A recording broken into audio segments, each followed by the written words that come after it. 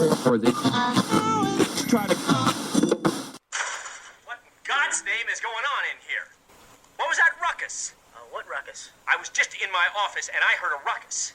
Could you describe the ruckus, sir?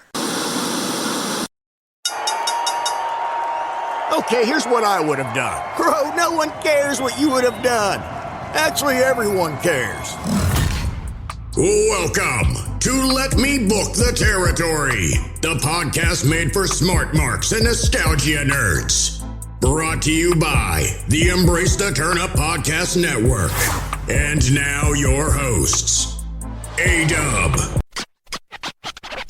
B.A., E-Ray,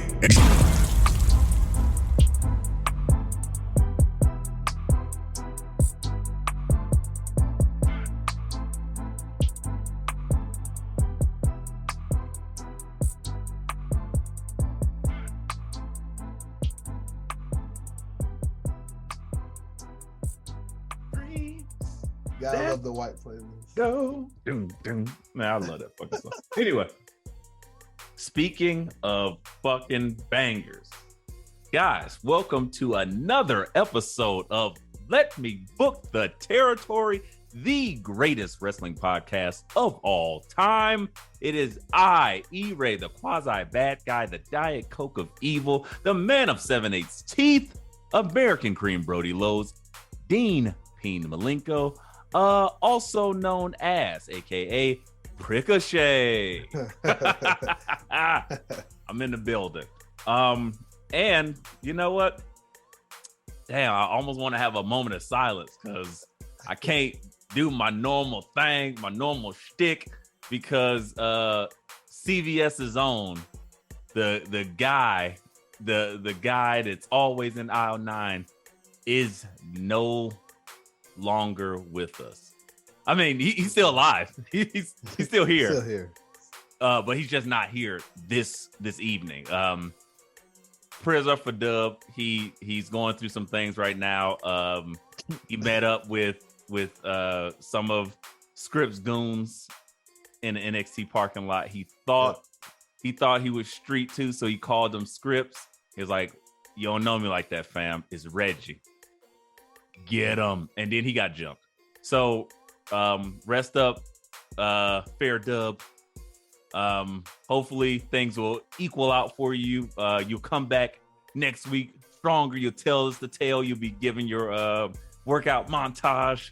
You fight to survive. All that shit. But in the meantime, of course, there could not be any fellas without the third, but he's not a junior or senior. This is the guy with the chin strap of all chin straps. I swear if he removes that thing, I'm calling the police. It is attached to his headphones. And now he has the spectacles because he is Harry.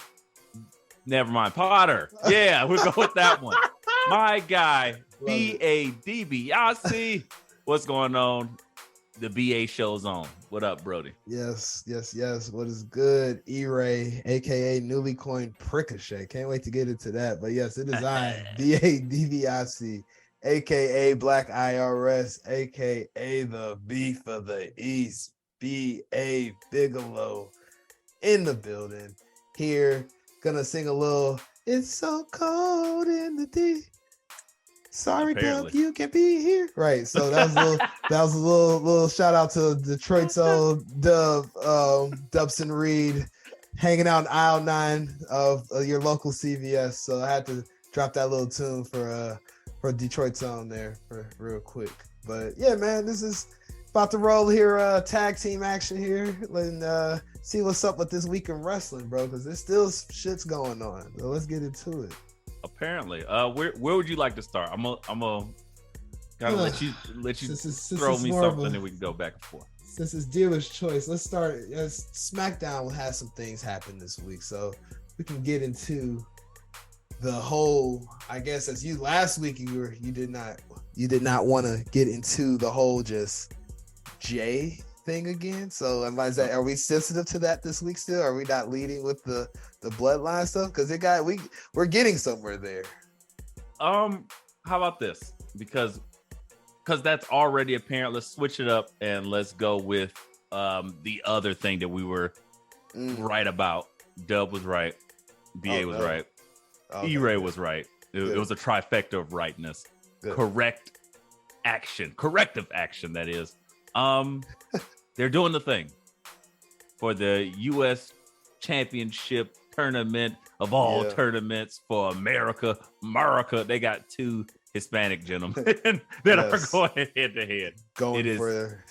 Yes. Santos Escobar, Rey Mysterio in the finals. I need the thoughts. Yeah, man. The thoughts on this is it's setting up for something dastardly. The stage is being set so much so, like, even like there was a meet and greet of some nature after SmackDown took place, and Santos was sitting on the outside of the ring and talking to some fans, and the fans started crying like a little boy. And Santos brought him onto the ring, and he was salty because he lost. He thought he lost the U.S. title. He was like, "Well, I'm gonna get the U.S. title back. Don't you worry, kid." And I was just like, "That's interesting. Like, he's going to do the deed, and then just like probably break this poor kid's heart too as he does the deed." So it was interesting. The little video I saw. I think it was more kayfabe than character, but you know, kids don't know that. So yeah, I was just like, man, that's gonna be fucked up when this happens. So yeah, man. Well, let me ask you, what do you think exactly is going to happen? Book it out for me. I need to hear it. I mean, I think in this particular situation with Rey and Santos, I think they're going to have like something. It's going to seem as it should be, like, because Santos has been showing so much love towards Lucha and what Rey means to Lucha. They'll present it as it should be originally. And then from there, they'll go into a direction in which, like, towards the end of the match, maybe he would then go try to do something dastardly. But correct me if I'm wrong, this is just a semifinal match. This isn't on the way to the actual like finals of the tournament where they get to fight. Whoever wins gets to fight Austin Theory, or this is this is the final. Got it. Understand. Just had to make sure I wasn't missing some other piece of it. But yeah, this is gonna lead to him doing something dastardly to be able to fight Theory, I feel like, to win that belt. Now, there's other things and pieces here that could happen. I don't think it's going to happen initially right now. I think that's going to be more so when Santos fights Theory, and I'll get there when more appropriate. But this is part 1 to a succession of parts of a whole show that we're about to see happen. Interesting. Yes. I can tell you are a child that watched Dragon Ball Z from that dick tease that she just Dragon gave Ball us. Z. And it's like, on the next time. It's like, what? No. There's only been 24 minutes. Right. I need to rest. With commercials like 15. Shit. Right. Legitimately. And I'm just like, give me more. And it's like, can Santos Escobar face Rey Mysterio? Will he turn on his LWO partner? You'll see all this and more on the next episode of SmackDown Live. Like, yes. All right, well, yeah, but I mean, I know I kind of just dick teased the world right there. So, do you have any more concrete take around their whole vibe that they got going right now than what I just kind of said but didn't say? No, I don't. So you with me? I didn't see it though. That's why. So I tried to watch it, but it was a rough week. I couldn't get into. I kept falling asleep. I think I turned on like 7 o'clock in the morning. I really rewound it back 8 times. I just kept falling asleep on the whole show. So I know how that goes. I was watching it, and then I was like, "Oh, they did the thing." I was like, "Okay, they put them 2 against each other." I don't know if the vibe changes or if it will change. I'm predicting. This goes one of 2 ways. Either Santos and Rey is going to have an incredible match. They say, "Hey, it's all fair and love of war, and let's just go out there and put on a show," and they kill it, and it's no shenanigans. And then at the end, one of them raises his hand. I would assume Rey does the job for Escobar to give him the rub and still be his partner. And then he goes on to face Austin Theory. Austin Theory narrowly escapes and then that's what sets Escobar off, and perhaps we then get some type of heelish aggression because he's so frustrated that he lost. That's why I assume that's going to happen. If something happened that is completely makes that far-fetched, so be it. But it's like, yeah, but I don't know. Also, is what is this? Is Carlito coming back? Is he back? That's you kind of like you're jumping to my ending there. That's what kind of like he's definitely coming back. I don't know if anybody's read the tea leaves on the internet. He's definitely on his way back. Yeah, the good old dirty sheets. That's before Rouse. That's before the leaves have. Well, no, True. actually, it's not. Good point. That's the leaves have been picked and they're in that dirty bag. Like nobody washed them off. This is the dirty. Yeah, sheets. Wash them off, then you make good tea. But no, they're still dirty right now. It's just dirt sheets. It's like buying some Reggie weed. Like shout out to Scripps, but yes, like some just dirt weed. You put it in the blunt. The blunt's the dirt sheet. You roll it up. You smoke some bullshit. Some street name weed. No. No, all these damn seeds in this. Right, exactly. That's the bullshit. That's the terrible, like, people that are always wrong. That's the bullshit. But when you get that good shit, I think this is some good shit. I ain't gonna cap. I think this is some good tea going into that dirt sheet. The Carlito thing is I think a real thing. It's gonna happen at some point. It's teed up for it. But the thing with Carlito that kind of makes me question that is like, is he gonna take over the LWO? Like, is he gonna? Are they gonna like job out? Take it over? I couldn't see him taking it over. All I could see, honestly, is perhaps he would be the muscle, because I think Santos is like the natural leader. Like it just feels right. I see what you're saying. Okay. And we'll get to it. There's been some other Hispanic guys that could just add to that faction, or one perhaps, depending on how things go because of a separation. But we'll talk about that possibly later if we remember, because it's not that important. But we'll I have a feeling why it's not that important. But yeah. So from here, I was like, we can just ping pong this thing back and forth. No pins, just pings. Yeah. Where would you like to go from here? You lead us into the next time where you want to go, and we'll tackle it that way this week. Oh, okay. Well, shit. I want to get to the thing, man. Tribal combat. That's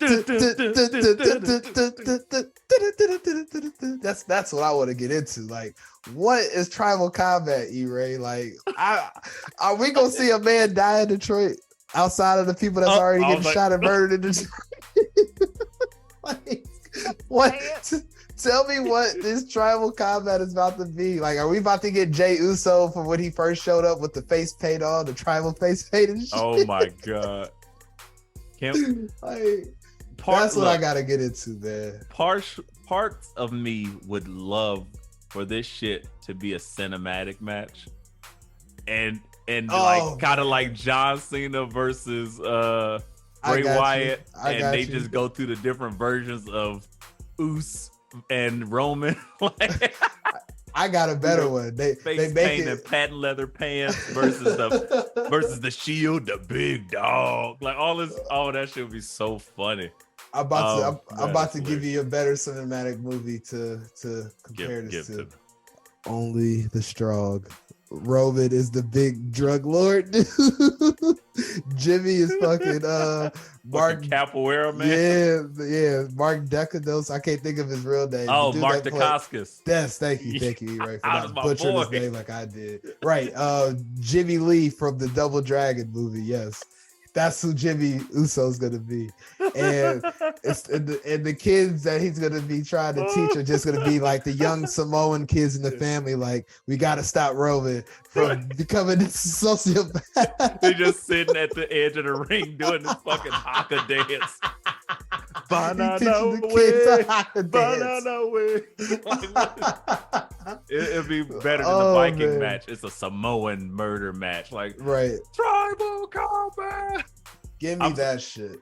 I'm not mad at that, but and as I said, I'm not mad at this. I told Dub 2 weeks ago They are slow burning this shit perfectly. Every time you're getting a slight extra wrinkle, another crease in the layer of this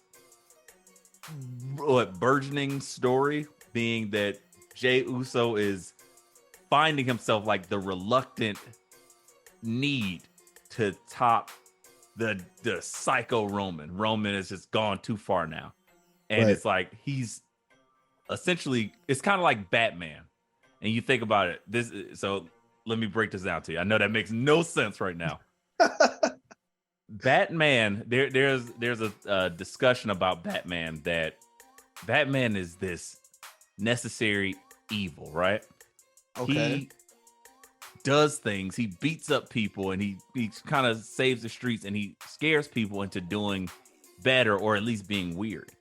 But the thing is, Batman creates the supervillains that he fights, because when they see him out there, they're like, oh, I need to do this because it makes you more over the top. So it's like one thing creates all of the the other. Supervillains. I think I'm going through all of them. I'm like, yeah, he falls into that. He falls into that. They're like Joker, Two-Face, they all Riddler, do, because they all essentially revolve around him, but they wouldn't be there, or they wouldn't be so sick. super if it wasn't for like this extra big villain or a big savior as Batman. Batman casts a large shadow. So what grows in those shadows are things that bump in the night, which are all these crazy supervillains. I think you can kind of switch it on his head, but the same thing would be for Roman. Roman is creating his conqueror, who could be Jey Uso, because he's cast such a big shadow. He's doing all the things. He's taking all the tribal chiefdom and all of the lineage and legacy of the Samoan dynasty, and he's corrupting it. And everybody can go into like, oh man, we gotta follow the tribal rules and we gotta do this. But it's like, you need somebody to stand up to that. And Jey Uso is a very unlikely hero, but he is rising to the occasion. Because first it was just like, no, I just don't want to do this. And then, hold up, I don't trust this. Okay, now you can't do this to my brother. Now you turn my other brother against me. Now you're doing this. And it just keeps growing and growing and growing. It's like, oh shit, I am main event Jey Uso. I am the guy. And he's like, now he's starting to believe. The belief is there. I'm gonna save the predictions for the SummerSlam prediction show, but man, it's all building to a big thing to happen at SummerSlam that I don't even think it's not anything to do with the belt, and that's all I'm gonna say. All right, I'm calling you Magic Mike because you're dick teasing everybody this evening. Well, that's all I'm gonna say. All right, I'll get into it. I'll get into it. Shit, we here on the bikes. Let's talk about it. So we ain't giving official predictions until next week. No, these aren't official predictions. So, exactly. So this is more just like just things that could happen as we kind of book this all of this shit out. This is what we do. But Jimmy is gonna somehow play a factor in that match, and it's gonna lead to these dudes having some sort of feud in the future. When I say these dudes, Jimmy and Jay. This is like their dream. They've said it in multiple interviews. Yep. Their dream match at WrestleMania is for those twins to wrestle each other. And I think that Trips is gonna give them what they want, and we're gonna get a slow build to it'd be the third match of a feud at WrestleMania, ending at that point. Okay, so the blow-off match at WrestleMania. I have to ask, does either one of them beat Roman, though? Nah, dog. That's a no for me, dog. I don't think it's happening. Okay. I don't think it's happening. All I need to know, because I don't think it is, but if ever it was a time, there was a time. They missed a lot of times, though. There's so many times they could have gotten this all done, but they're refusing to, and that's what further leads me to just the Solo factor. I think Solo is the one that Roman is trying to give all of the rub to on his way out of whatever when he takes a break from this and he goes on the tribal yacht and chills. technically it's already there though, because That's what I'm saying. he came in, the guy. He's been here for what, like almost a year now. Just now a year. That's what, and that's why I say shop. that exactly, because Solo has been booked so marvelously. It was like, as far as like, if you gonna have somebody just always looking strong, because think about, we talked about his NXT run here quite a bit, and they could have really did damage to him coming up here because of what he was doing in NXT, battling with Melo, and Melo was low-key dogging him. Let them have it, smoking him on the mic, real bad. Which is crazy because Solo is good on the mic, and I think this is probably one of the rare cases that WWE has like changed someone's persona a little bit, or like tweaked it a bit where it's working. Because the thing is, Solo can talk too, but the fact that they don't have him talking, he's kind of very chill. When he does talk, it make people pop. It's giving a good reaction, but they're holding off for when he actually branches on his own or starts to be more of his own individual street warrior character again. Yeah, it's champ.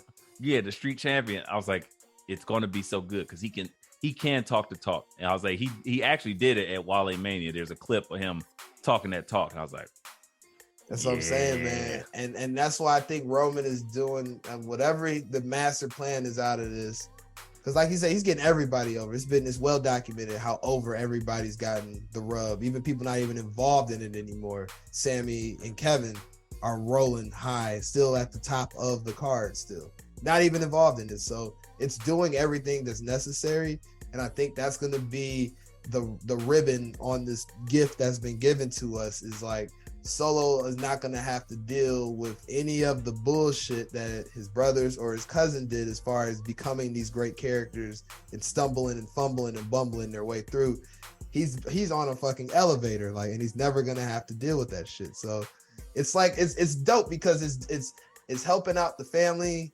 It's what family's supposed to do for each other. Like, the older's supposed to, good old fashioned nepotism. Yeah, take right the L, like, and that's all. I appreciate it, just watching it like this, to that aspect, the kayfabe aspect of it. That's what basically just say what it is. I'm a fan of black nepotism, colored nepotism. I'm sorry. Sorry. Yes, no. We don't use that word anymore. Well, you know what I mean. Colored. Just not just blacks, everybody. POC nepotism. Yes, people that don't use the white nepotism to get over, but that's a people who don't use. Never mind. But yeah, man, that's why, like, I'm really just like this story just keeps getting better and better. And now that they got these dudes about to, like, basically give somebody a fatality in Detroit, next week can't get here soon enough. They matching the energy. It's like the video games, the Mortal Kombat games, where you can do environmental damage. Yes. Here in Detroit, you got to get shot or hit with a fucking charger or something. I don't know. There you go. Yeah, the spikes definitely for real coming out of Detroit. Chrysler. Why is there a pit of spikes just somewhere randomly in a Detroit bridge? Right. Like, you should not be like, get uppercutted. If Detroit was a level on Mortal Kombat, it would look like a fucking jigsaw trap on Saw. Oh, so the pit. Like, welcome, Roman and Jay. Let's play a game. I've been watching you all your lives. You decided to be the tribal chief when we needed tribal beef. Choice is yours. Live or die. Like, what the fuck? That is great. Oh man. God. But as far as the, like, SmackDown in general though, other things happen, little stuff here, like Dom defended the NXT title, or excuse me, the NA title against Butch. That happened. It wasn't much came of it because, as we will talk throughout the show, Dom retains and goes on to do other things throughout the week. Yeah, it wasn't a ton of stuff, but those are the biggest things that pop for me off the show, man. So honestly, we can just keep it moving on to Monday Night Raw. And Monday Night Rollins. That's more accurate these days, for sure. 100%. Definitely doing the job. But Before we get there, I mean, it's all tied into it itself. Let's get to the shits, and this kind of leads us to everything else. Well, before we get there, excuse me. No, we're here. Fuck it. Okay. All rise. Just everybody, like you're in a courtroom. Put just everything. Get up. Get on up. But Judgment Day, the greatest faction in the WWE right now, which is crazy to say. Would you ever thought you'd be saying that when they first rolled this out on TV with Edge and that weird haircut? I was a fan because I was like, oh, this could go somewhere. This could definitely promote Rhea I and Damian Priest, because they both needed it at the time. Bad. Think of where things are from that point to now. It's literally insane. That should be thanking Edge and whoever's the agent. There's a babyface Finn Balor. Yuck. Back on the main roster after having a great Prince run. Ugh, crazy. Yep. Rhea Ripley was beyond lost in the sauce with her jigsaw pants and her beating up Liv and not beating up Liv and beating up Nikki ASH and not beating up Nikki ASH. Random tag matches. It was like, oh, it might be done for her. Yeah, that's never a good sign. And then she joined. Damian Priest was out here with Bad Bunny and purple hair. I mean, technically, he still got the purple hair. Technically, he's still feuded with Bad Bunny. But shit just feels better. It's just different. Yeah, but I don't know. I can't explain. No. I get what you're saying. I mean, Damian Priest would, I think if you did never, because that's all Damian Priest had working for him was the Bad Bunny match of before the one that happened at Backlash. That's literally the only thing he had did on the main roster since getting called up from NXT. So you're not lying there. But now he has this strong ass faction that be doing all the fucking shits, causing all sorts of shenanigans all over the main roster. So all over the place. It's wild. It's wild. And Dominic Mysterio, who was the undeserving kid that was getting a tag team with his dad and win championships, and we were like, this nigga sucks. It's the worst in the ring. I was like, why is this even a thing? I hate this so much. Yes. To now the heat magnet that is Dom. Just took them thighs getting squeezed around his neck, and the rest is history. Like, that's all it took. Who would have thought? Better men have folded quicker. Like, it's man. Amen to that. To the congregation. Amen. Them thighs around. Charles. Just you can't help yourself. You gotta do what you gotta do, and you got some big Australian gargantuan thighs around you, like 2 fucking cans of Foster's. Australian for bleh. Australian for thighs. Right? Yes. Australian for thighs. Yes. Yeah, bro. It's been a breath of fresh air for their careers. And then honestly, as we're finding out for us as the viewers, because as one faction dies on one show, another one is being elevated. And not only just elevated, they're doing the same type of shit that other bloodline or that other faction, the bloodline, used to do, of going on other shows and trying to elevate other talent on other shows just by doing the stuff they doing. So like it's like we were talking pre-pod about it. I'll bring the people in, man. It's like when you go to a very good restaurant and you're used to like having to take a box home because you too goddamn stuffed from what you ate, or you just not satiated like you should be. It's the perfect amount of satiation happening in this 4-course meal. Oh yeah, we using 20-point words this evening. Yeah. You get your opening, the course, you get your salad, you get your main course, you get your dessert. Like it's with the nice drink on the side. So it's all of that, because you're not I feel like a WWE when Vince was floundering and all that stuff and not wanting to relinquish any control. Where's my egg? There was so much just like, what the fuck is this going on, and where's this at, and why don't we have that? Whereas now, like, and it's fair, like we can talk about this too. We haven't really talked about it. This may be more of an episode in the future, but we're literally like a year away from when Vince dropped that text message, or not text message, that Twitter. What? That tweet when he tweeted that, right? Exactly. That tweet that he tweeted about being done abruptly on a random Friday. So, and then coming back. Yes, coming back somewhat, I guess. Yeah. So allegedly, maybe he just got bored again. But either way, yeah, keep the less Vince, the better. And and it shows so much cohesion in what's happening. And I remember them saying like it's not gonna happen immediately. The changes that you want to see, give it about a year. And E-Ray, where are we at? And look at how different this all feels, and think about our own sentiments when we would talk about WWE coming on this show. Mm-hmm. Like it would be more WWE quick hits and talking more about the AEW product at the time, especially this time last year because CM Punk was doing this thing and all that stuff. But whole nother show. It's not right. Exactly. So it was a lot to talk about, but it's just crazy how much they pivoted in a positive direction, business wise, talent wise, and for us booking wise. So it's been amazing, man. Yeah, amazing. I'm not mad at that. That is a solid take. I'll say I'm quite impressed by the Judgment Day number one because of everything they've been able to accomplish. We basically almost got a new golden prophecy. Like almost everybody in the Judgment Day has something, some type of accolade, some type of championship, or some level of success visually, like aesthetic success that you can see. Rhea with the women's heavyweight championship. I'm calling it that because I don't care.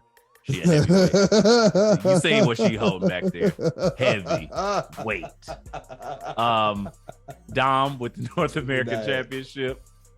Mr. Senior in the Bank, yes. Damian Priest, and CC.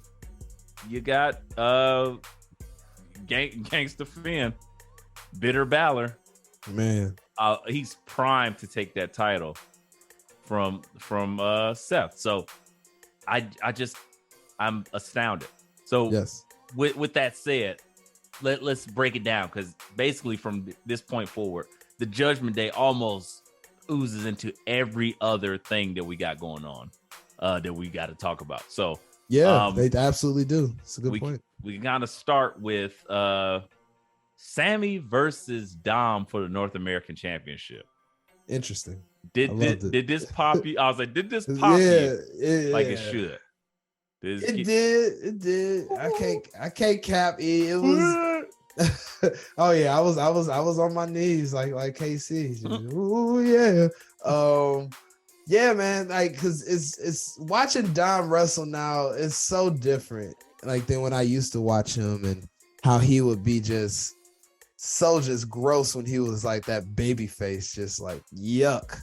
Like now he does all of just the heel shit. It speaks so much more to his presentation of how he looks and who he is to behave this way versus what they were doing before. Right. He's not a believable wrestler.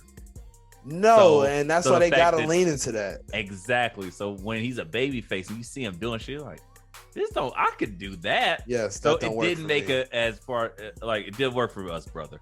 But when you move into something like this heel role, like a chicken shit heel hiding behind his woman who is stronger than him, and also just talking mad shit and being like, oh yeah, I've been to jail. You know what you do in jail. And like, turned you don't him know out. what to do in jail. Rhea turned him out. Oh yeah. I don't even want to ask how, because don't worry, she'll tell you. She says she did say it. I was like, her internet personas is getting out of control, and I love it. Love every Just wait till y'all see the cover of this episode. If you are, at this point, you've already seen the cover, so enjoy that. Follow us on Twitter. Right. Let me book pod at Let Me Book Pod on X, XXX, the Twitter. It. I don't know what the fuck it's called. Whatever, guys. Gotten into that, but yes. Follow us on X videos. Oh no, please don't search. All right. Damn you, Elon. Yeah. How, I mean, as far as Sammy and being in the match though, like, did that pop you? Like, Dom was what popped me. Like, Sammy was a nice piece because Sammy, but it's like a facilitator to the next thing, you know, more or less. Well, for me, there's two things here, and it's kind of a good transition point. I love the overheated Kevin Owens. That is such a good gimmick of him just being so on the verge of rage at all times. And he just you can relate, Beige Man. Oh, Beige Rage is in full effect. 98% of that. Like, I know you've seen that movie. You got kids. I know you've seen that movie about the goddamn emotions. Oh yeah, absolutely. Yeah. Yes, love that movie. Yes. Rage. I felt all the. His head explodes. I love using that. That's one of my favorite gifts because I'll be like, I'm about to snap. I'm like, just gotta sit there and be quiet. Movie goes hard in my house. Yes.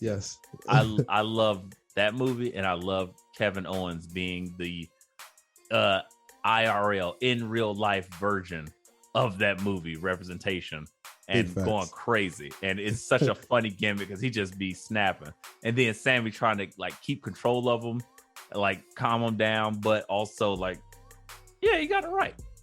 That's how he ended up beefing with Dom, and then he's like, one of us, and then he's like, I'll face you tonight. And I was like, oh shit, we get the North American Championship on Raw, Dom versus Sami, and more Sami Zayn. More Sami Zayn is never a bad thing. It's kind of like butter on popcorn. It's like you can't have too much butter on popcorn. That should be drowning in the popcorn. Popcorn be soggy as hell. You about be drinking that popcorn like soup. That shit's still delicious. Yes. Filthy. Cholesterol. Yes. Right. Heart. Artery clog. Yeah. But that's Sami Zayn to me because he has been very underutilized for such a long time, and I was such a proponent of watching Sami fucking Zayn, the guy who is incredible. I have not seen him miss on a character. I've not seen him miss on a wrestling match, and for those two things, like period, in his career since he's been in the WWE, I'm not gonna act like I'm super hip to El Generico and all that shit. That's before me. But as soon as he entered the E and NXT and all that shit, I was watching. And I'm like, this dude is such a baby face. It's funny to see him now more heel in my mind, just being a baby face, because he's did so much heel work on the main roster. And I've loved it with the Che Guevara fit and like just being the other Intercontinental Championship holder coming back, and even the jackass shit. Like, he's done so much good work, and then being an honorary Uce. So he has worked his way into a prime position where now he can use some of that rub to actually help somebody else. Dominic Mysterio. Yes. So I was like, I am ecstatic about this. I thought that was super dope, and to watch them go, because Sammy can go with pretty much anybody. So watching him actually have a good match, it's another win for me. I was like, I know he's probably not going to win this, and I was like, damn, but what if? And that's all you need. If you just get a what if, that little suspension of belief, just like maybe, he could do it. Like, I was like, oh, that's good. Yep. No, bro, that's a good point. Yeah, I wasn't even looking at it like that. Just where Sammy has come from, like now he's putting guys over. That's a whole different way to look at it. I didn't have my spectacles, so to speak, to that. Yeah, man, you gotta put them on. But one thing I do have my spectacles to is these two big ass titles that's pissing Kevin Owens off. Apparently, I think that's why he's mad. He's got to keep dragging these titles around. They don't really have any doesn't make any sense. I only got half a torso. Why do I have 2/4 of my body covered in gold? Right, right. It's pissing him off, and he doesn't. I feel like the competition in the tag team division, they have an opportunity to make it so much better than what's happening currently. And I don't really understand it. Like, as much flowers as I threw to the WWE right before we got into this segment, I'm going to have to pull some of those roses off the ground and go give them to somebody else or something. Go give them to one of those couples walking past out the club. Rose? $5. Right, Rose? $5. Get away from me, stinky Right. old man. Get away from me, hobo. Yeah, exactly. Right. I'm with you. I hear what you're saying. So are you telling me that the tag team belts are becoming irrelevant? Ugh, I hate to use such a strong term because this can all be booked out of irrelevancy, but I gotta call a spade, and that spade is telling me mid, irrelevant. We don't care. We not here to see it. Yeah, Sammy and Kevin, we here to see them. They're always fun to see on TV, backstage promo, microphone promo with the person holding the mic or in the ring wrestling. But these belts, and like I said, the frustrating thing about it, like they have you have like Gable and Otis, for example. They could easily be formidable foes for those two.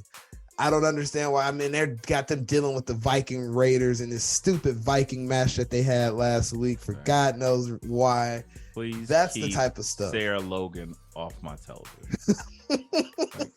At least put some shoes on her. God damn, that's so disgusting. At least wash her damn feet. Show us your feet.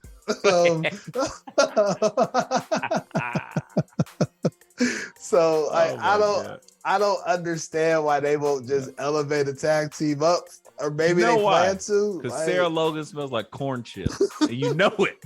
Trips won't let her in his office. So like, hey, wash your feet tonight. Oh man, I'm just saying, you're right. There's so much talent, tag team talent in this. Yeah, they don't got to make up makeshift tag teams. There's actual people that can do it. Well, let me pose this because I think that's what it is. We got Sammy and Kevin Owens, who are phenomenal singular wrestler people, right? Mm-hmm. And then you have the titles. Yes. They're great having the titles, but they're not doing anything for the titles because they're not necessarily bigging up the titles. It's like people see them and they're just like, oh, Imperium, like, okay, great. Ludwig Kaiser wants to challenge and Giovanni Vinci. Yeah, that's cool. And that's like, okay, we see them versus them, but the tag belts aren't necessarily elevated with them for whatever reason because they're not really a tag team. I think what you have to do, I'm calling it now, you got to put those. I know they changed the music. I'm not feeling the music as much as I used to, but hey, if they want to go fucking 70s Travolta on me, like what Kanye say? I know I went ultra Travolta. Yeah, remember that part. I think you gotta go ahead and put those tag belts on Pretty Deadly and let them fucking heel off and do the dastardly thing, because that's gonna make people want to see those belts get taken off of them, and they are a tag team. Mm-hmm. Oh, just forgot though. Damn. I was gonna get there. Damn, but no, you can still cook though, but because the salt came off. Oh, no. Like let's act like the salt's still there. We can still fantasy book this out, because let's say Rich Holland doesn't injure another wrestler without him. What? That like, wasn't their fault.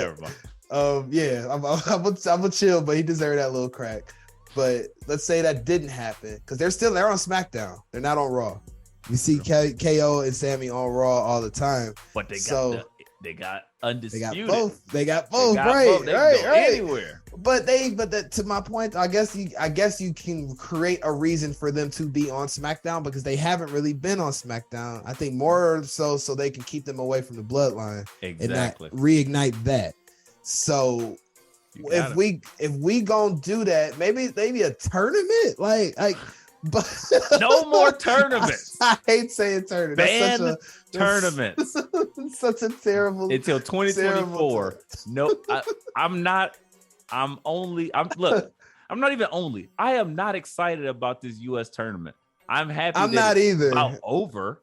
But I don't give a fuck. I hope the belt's coming off the Theory is my only hope of this. I don't even care who. Yeah. Call Rey Mysterio for all I care. Even somehow. if it don't, I don't even care. Like, it just means nothing to me. But those tournaments, I think they've like turned us out for a second because it was just like random tournaments.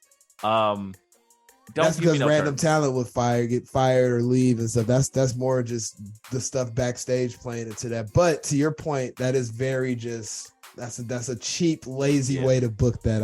I will agree. We're gonna have a tournament. Please do not. Let me take a crack at it. I think what we need to do. Okay, rewind. Let's say Pretty Deadly. It still hurt for now. Cool. Mm-hmm. I think you get the Viking Raiders because you're still trying to make them a thing. You're trying to make fetch happen.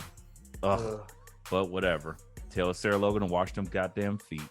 I know she only takes a shower every other Saturday, but that is not. Listen, bitch. That's not the real life. There's Vikings. Ain't real no more. Like, I don't know what to tell you. Dr. Scholes disapproves of how you treat your feet, Sarah Logan. He is shaking his head. Dr. Scholes, Dr. Bonners, all these niggas. Soap and shoes is her enemy. Oh, my only weakness. How'd you know? Like, right. I don't know what she needs, but basically take her, Funky Toes, and the Viking Raiders, and then have our guys, thank you, Alpha Academy, put them in there. Then newly possible extra hurt business profits. I don't know, whatever. Add them in there, and then have a fatal 4-way for the belts. No matter what, whoever you put them on, it's going to like be not the Viking Raiders are there to take the pin. To be real. But they haven't proven anything different in their book, which also frustrates me. Like, not even trying to elevate these. Why are they here? Anyway, sorry. Yeah, they there to take the pins. But if you go ahead and put those on the Street Profits now, I think then that's what you're waiting for. Street Profits ain't been in that tag team action in a minute. I think this is a perfect time to legitimize the rebirth of the Hurt Business with that. Or you give it to that Alpha Academy, because Alpha Academy is so hot right now.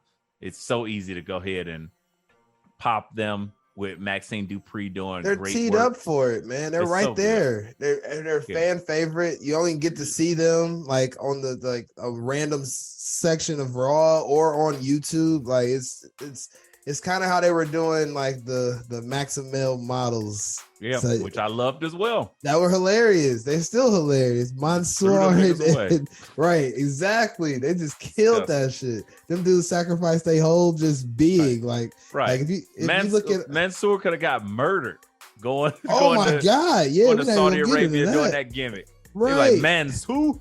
Exactly.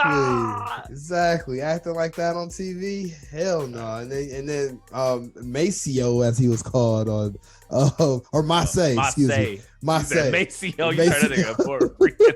Turn that nigga Puerto Rican. Maceo over there. El Senor Maceo.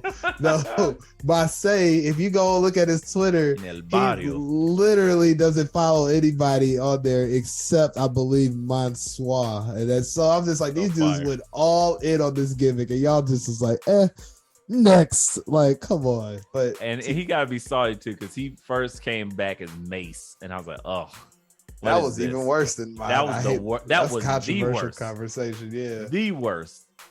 I think everybody who was involved in that is just now starting to get their feeding back, and this is like 2-3 years ago. That was what, man. If we could, there has to be Mia Yim, fucking Ali.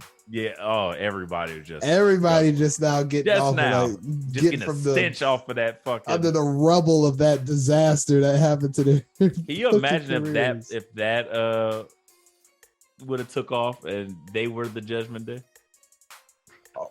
Not even possible. Yeah. You talk about DOA. Yeah. That whole gimmick. That whole fucking gimmick. It was just It's still another show, another time where we can get into all the missteps of the last 5 years of the Vince era, because 2 of which was on this podcast. But yeah, we will leave it there. But fair enough. So let's transition away from the tag titles. Another part of Judgment Day, the love triangle with the thickest title that there is right now. I know the love big triangle you're speaking of. Go BBL and all her suitors. She got a man right now. She rocking with Seth, but she's flirting. Yeah, she flirting with Senior Money in the Bank. She's like, okay, I see you got a contract and all that. You just little contract. He like, I think Senior is flirting with her, but I don't know if she listening, bro. I got an interesting viewpoint in on that, but we'll keep it going. So and Finn just in the background, like, what up, though? Finn is, oh man, this is a raunchy take. Finn is the dude that we have a female friend that may want to come hang out, and there's another dude, random dude, just hanging out, looking over your shoulder, like, is it my turn? That's Finn. Finn is trying to open the door nasty when you walk in. Finn nasty. So you gonna eat that? You go. Could I have some jizz? Finn is Freaky Mr. Cleanup. Finn Balor. He's the cleanup hitter that they didn't ask for a cleanup hitter. That's Finn. So he gives off those vibes heavy right now. Like, so heavy. It was supposed to be mine. I waited 7 years to hit that. You think you gonna hold on that? Coming home with me. Yo, I don't care. Fellas can relate to this. We've all been there. It's just like when you started liking chicks or men, whatever you do are into. Or men, not gonna discriminate. But there's always that one that you thought that you were like, oh, I gotta wait my turn, or I'm gonna be extra nice. You ain't really understand the game yet. And there's some dude that do understand the game and it's going there and just destroy your dreams. And you just sitting there like 7 years. I waited to try to spit at you, and you go, fuck this bum ass nigga over here that can't keep his dick out of her. We've all been there, gentlemen. Not 7 years of simp. Like, oh, my heart breaks. You were supposed to be mine. And just like, oh man, psych your mind. That's nasty Finn, man. That he's just nasty. The door's locked, Finn. You can't come in. Oh right? Yeah. The door's locked, Finn. You can't come in. That's crazy. I am going to think about that until we get to Detroit. And I'm be thinking about that the whole time. Like, is he finally gonna get the hit? Is he gonna get the hit? I think I got it. I'm like, damn. The other nigga swooped in and who was flirting while he went to the bathroom. Yep. He went to the bathroom and lost his turn. Oh my God. Should have held it, Finn. All right. Don't break the seal. She's walking towards you. You got. I gotta go to the bathroom. Right. That's too crazy. Fucking funny. But yeah, it just dawned on me like that's Finn. Finn just waiting for some shit.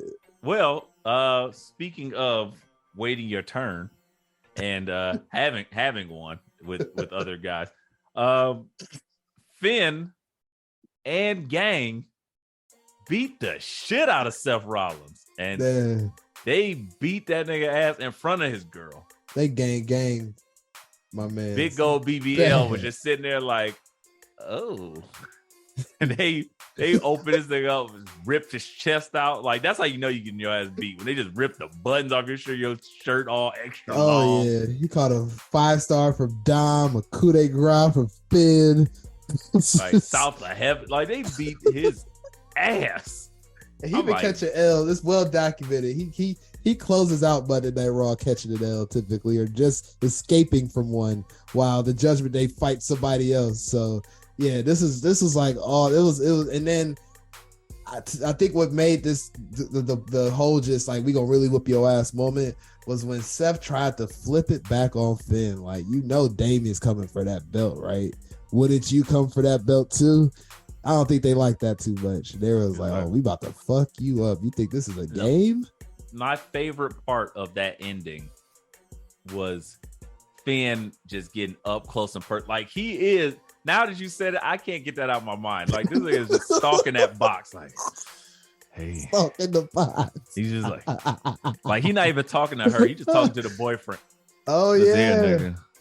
I'm waiting. you don't even better know. wife her. You better marry her. Right. I knew her all this time. I'm a fuck up. I'm a fuck up. It was like me and all my niggas coming after you. And then he just and while he's saying that, all the homies are just surrounding the ring, and I was just like, "Oh shit!" And then Seth noticed it, and he's like, "Just like street rules, yep. When you about to get jumped, do you run in front of your girl?" Oh, he dove in there. He just dove in like, yeah, you just gotta take the ass with him. I protect. He tried, and then even more so, to tie into the whole this great analogy we're drawing up here. He like protected her, like he dove at their legs and like, I got you, good gold BBL. You won't get hurt. Sheena. Sheena. She got a name now. Baby, no. Just get his ass. Sheena. That is so. Oh my god. Good. So it was incredible. Did you? Let me ask you this: did you wish that it ended any other way? Perhaps. No, that's what we need. Yeah, it's doing all the things. You still got, and even more so, like to further more of this whole take on just like nasty Finn.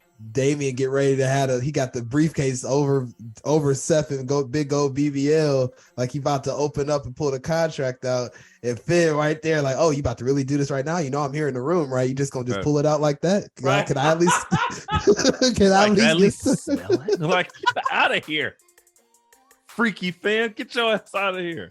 I am next. I got the paper." Room. Right, like she flirting with me. I got it. I got next. Like, you don't even got no rhythm. You just try it because you hear. Like, hey, I played the music. I deserve some ass too. No, nigga. My bed. Right. Exactly. That is who Finn is. Finn is the my bed nigga. My room is my house. Right. I deserve something. Yeah, because everybody else parents home. They just relax. God damn it. Right. I cannot see Finn in a different light now. They be scared of hoes. Scared of hoes. I got abs. Look at my abs. He's so aggressive. Right. You just be chilling, having a regular ass conversation. Like, oh yeah, that's cool. Oh, you do hair too? And then all of a sudden, Finn like, well, look, I don't need no shirt. It's hot in here, ain't it? Ooh. Damn, anybody want to have a push-up contest? Nigga, get out of here. God damn. Scaring the hoes. Nigga, like, relax yourself. Finn ain't got no couth. He is just about that action boss with no subtlety, no type of game. He's just like, I'm here as well, so I am next. What a creep. Shoving his tongue down a chick's throat. Right, You'll be mine. Can't take her out to dinner or lunch for her. So these goddamn, you gotta bro. at least kiss me. Buy her a drink or something. Just nasty. Finn. Right. Oh, man.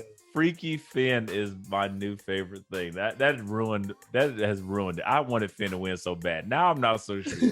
You have, because I don't never want to see that nigga that's that horny. He gonna be so nasty. I don't never want him to splash now. I want him to always be sitting there like, I wish I could have got somebody. Sorry, nigga, you ain't got the juice like that. Right. Now I don't know how I feel about Finn. So you fucked that up. You ruined it for me. What was? Man, I'm sorry. It's cool because what was not ruined for me was NXT by the Judgment Day running over that too. Yep. Like, keeping it going. These niggas are unstoppable. They went from Monday night just massacre of Seth Rollins to like doing individual work in NXT. You got Dom and Rhea getting extra comfortable, extra cozy in the locker room. She said, Dom, stretch me. Oh, And he's like, man. yes, mommy. I'm like, yo, where is Buddy Murphy? And is his name now Buddy 22? I don't know. It's crazy. Yo, it's E-Ray, the quasi bad guy, the Diet Coke of evil, the side god of pod. And I'm here to tell y'all, come check out my show, Binge Flicks and Chill. You never know what you're going to get, but we always talking some good shit when it comes to television and the latest movies. So we want to bring y'all in. We want to make sure you have a good time. You learn something, you laugh, you cry, you might stab a nigga or two. I don't know what you're going to get, but that shit's popping. So come check out Binge Flicks and Chill. And it's me, E-Ray, and I'm out. What are your thoughts on the Judgment Day's NXT appearance and how things played out? Oh man, it really, I usually take in NXT the night we record. I don't usually watch it live, just to give a little peek behind the curtain. And I got some time to sit in and like really kind of sit and think about what is happening in NXT and why it's happening, because it's the vibes are like freaky. I got to sit there no. and really marinate in my own juice. Right, waiting for exactly. you, baby. Like, all right, get out of here. Lay it in the black and yellow and white, I guess. And close the door. This guy's creeping me out. Smells in there. Gross. You gonna take a shower? No. This thing ain't blinked yet. Like, Right. Get out of here. Is he okay? No, bro. Like, I think that like Judgment Day being there, like, and even more so, like they're starting to establish themselves in the fold of NXT, like with Dom having the NA belt. A lot of the different interactions happening. Like you have, we're gonna talk about Rhea fight. Let's break it down. Yeah, Rhea. Yep. And Lyra or Valkyria. Yeah, Lyria Valkyria. Yes. That's crazy. Yes, that was a thing. Did you was that established? That's who she was talking to the whole time, or because she's telling people to prove it to her. And I'm like, is she talking to the same people? I feel bad because I feel like several of these women look exactly alike, and I do not know if this was indeed the same person. It was in fact. Was you talking about the person she was talking to on Raw to go to the next night on NXT? Because she did have a similar segment with her on Raw, if I remember correctly, where she was talking to somebody backstage, and that's where it could get confusing. That's why I was like, it was the same person. Yeah, we'll go with that, BA. It's the same person. Yeah. But yes, and what makes it worse is they kind of like they all have the same aesthetics to them. Like it's they all kind of look similar. I'm not trying to be sexist or racist or anything when I say that. It's just as they pop all these, like they essentially right, like all these characters keep popping up, all this mayo on my screen, like it all looks the same. It's all Hellmans, right? But yes, right. Hellmans, sandwich spread, Miracle Whip, it's all great value, but it all the same. But awesome. But no, they had that match, but I was just kind of like. It was just kind of weird to me. Like, if anybody on that roster deserves a match for Rhea Ripley, it's Lyra Valkyria. I was just like, that's interesting. But hey, yeah, y'all got it. It's working. Y'all, you like it. I love it. Not gonna question it. Well, okay. I'll ask. Who would you have her fought? Dana Brooke? Like, fucking Dana Brooke came out in a kitty cat mask. Catwoman suit she was wearing, that like dominatrix Catwoman. I was like, hey, it's Dana Brooke. And she looked at me like, call me kitty cat. I was like, what the fuck out of it? You and Finn's freaky ass. I don't know who's. Get out of here. Get out my NXT. All of a sudden, we're going to need before you know, we're going to need a password to watch this show. Right. Everybody will be a mask. Pineapples. Yeah, probably.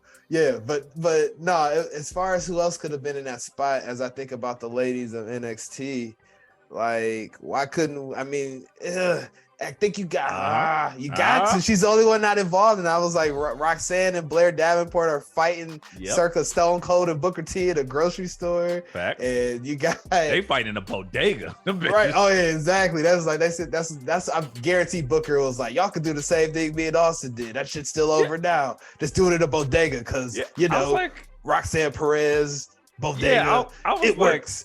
Shook it. It's Like, sugar nugget. Nugget, nugget, quack, quack. Ah, that's right, Vic. like, I don't understand why. I was looking like, wait, why is Blair Davenport in a bodega? Good question. Okay, Roxanne Perez attacks her on an Arizona iced tea. Oh, here's some coquito, like right there. I was like, I don't understand what's happening, but okay. I don't really enjoy Blair Davenport's face. Just putting it out there. And I love Roxanne Perez. They're trying to give her a little bit more street edge. You know, she had her talk with Booker T. Booker T, I'm so sad that I lost it.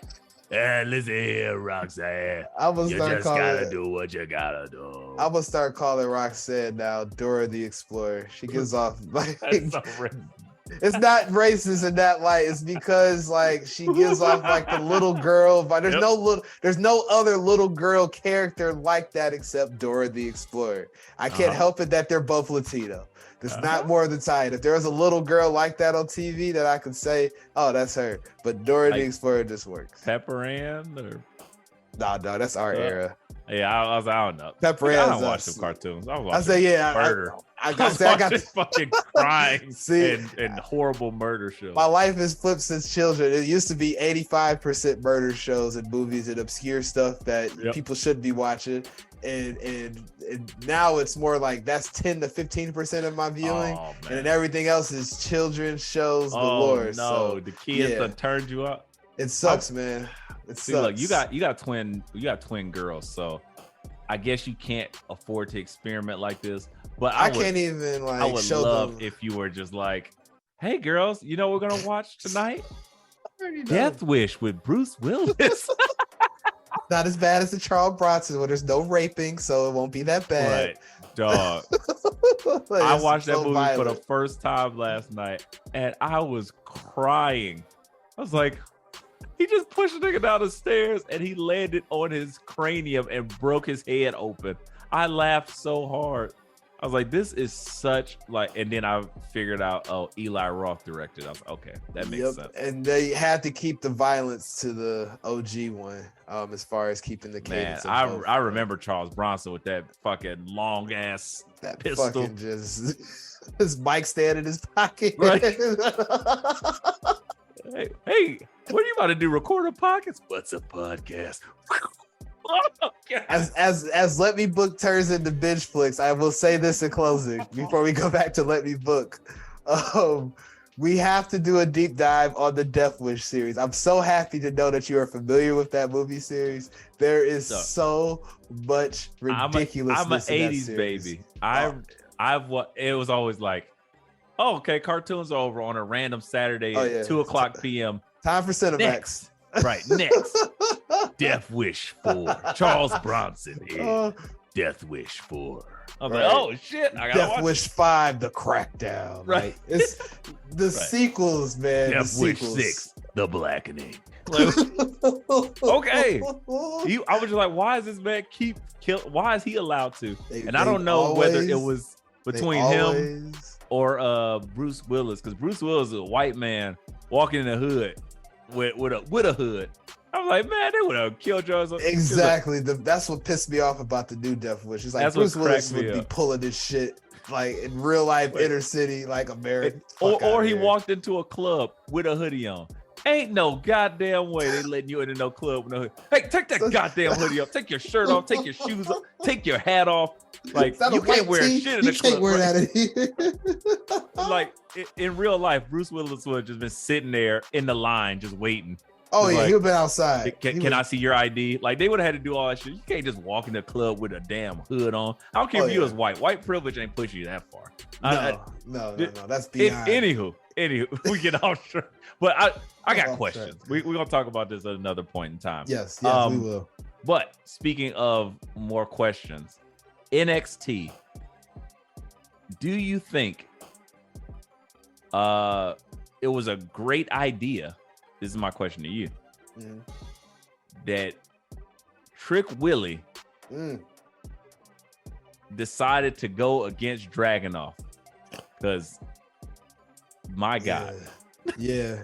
It didn't. It wasn't Got long so term. many things to say. Yeah, he wasn't thinking long term on that, and I love that he was just like so amped up after the three-man tag. He was like, Right. "It ain't about you, Bello. It's about me." Motherfucker, he pissed me off. He was like, Trick is pissed. I ain't never seen Trick this mad. It's like, oh fuck, Trick, come on. Yes. And shout out to Seahawk because he took he tweeted the words right out of my head about Trick Williams is gotten real good real He quick is so in the good. ring. I was like, when did this happen? Because like he put it all together. I can recall if we go back probably about a year in this pod, it was jokes. Jive turkey. He was blaxploitation man. He is jacked and he is ready to act bad. He is beating the shit out of people. And then out of nowhere, fantastic ring work, fantastic mic work. I am thoroughly amazed. But this is probably the second or third time I've seen him. Like I said, he was acting bad. He ended bad as well. Like this is like the second or third time I've watched Trick just get murdered. This nigga Dragunov just jumped off. Smash! Yeah, he showed him why he's Dragunov. Dragunov was like this nigga thought he was a Pokemon. He just had to yell his tail whip. Like you know how they gotta say their fucking moves when they do them. Yes. Smash! I felt bad. I was like, am I watching a hate crime? Trick Williams is laid out, sprawled out on the ground like a chalk outline. And then Dragunov just jumped up again. Another smash! He whooped his ass. And it was telling that Mello was like letting Trick catch this L. So like, bro. I was like, is he gonna save him? And then he came out at the end and got caught with him. It's poetry. Poetry, it's Shakespearean, man. It's a lot of things to talk about as far as like where that's all gonna go. I think a lot of that's gonna play out in our predictions that we do for the Great American Bash coming up. But there is some other stuff I wanted to talk about that happened on this show, man. Okay. That I thought was interesting. I'm gonna start with. Do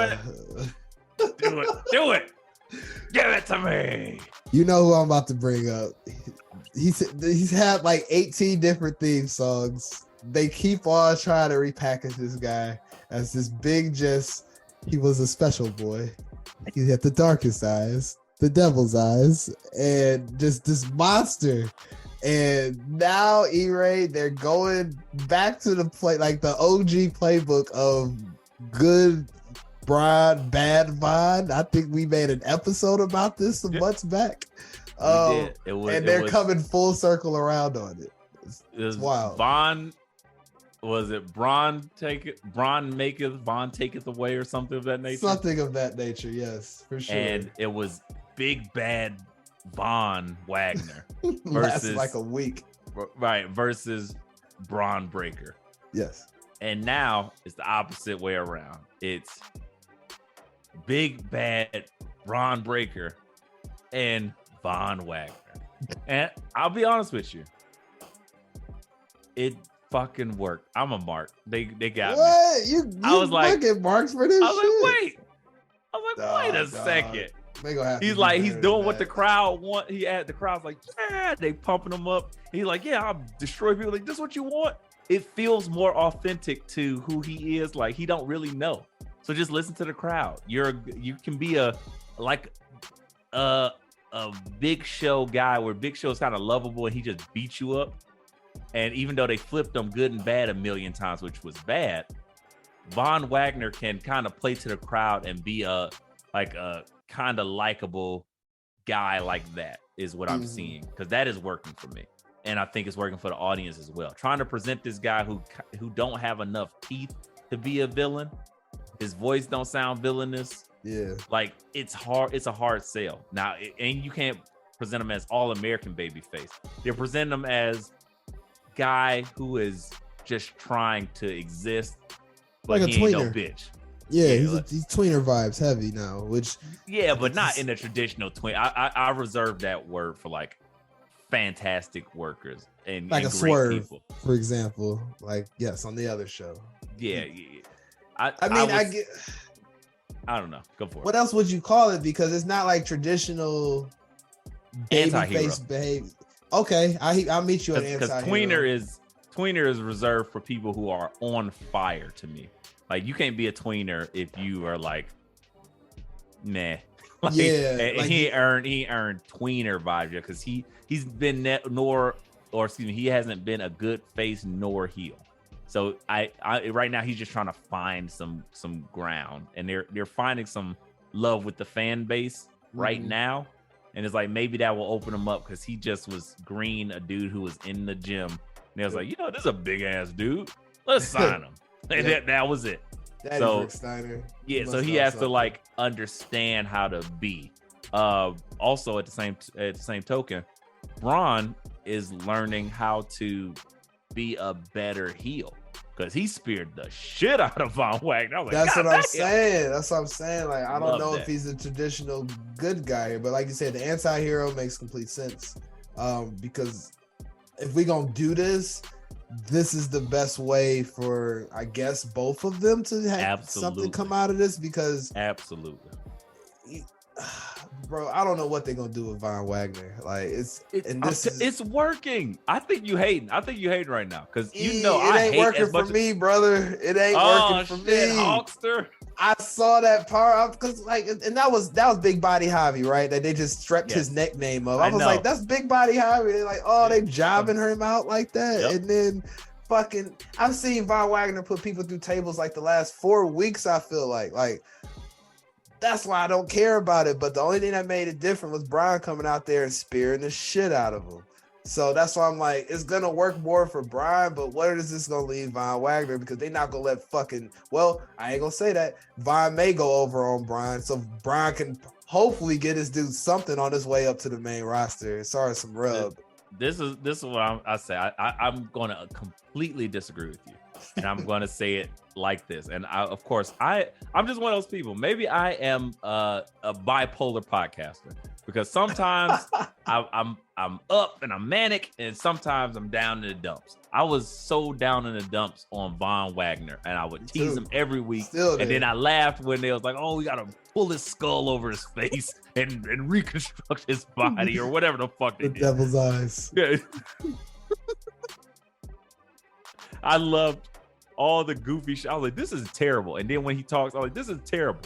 But what they've done is they've made him like, okay, let's make him slightly vulnerable. Even though it's bad acting, it's good in the sense of like a Tubi movie. Like it's like, oh shit, it's so bad that this is good. And now the people are like, you know what? If y'all gonna give us Braun or Von Wagner, yeah, just have him beat up some people. And we're like, and then he's sitting in the crowd like, and the crowd is responding to him. Because even if you do it out of like a joking, sarcastic manner, you often don't realize how much you start to appreciate and like something, even if it was like done in jest. I'll tell you, for instance, a lot of the people that I like now, as far as like rap music goes, that weren't necessarily my cup of tea back then, I started liking them ironically. Cameron for sure. I was like, baby, oh boy. I'm like, yeah. Then Suck It or Not. Like, he has some fucking bangers, but I was like, this isn't real rapping. These Badooba Dooba, Pewters, Blue. I'm like, this is blue suit and dude who's pooping. I'm like, this is terrible. But then I started joking around, having so much fun with it.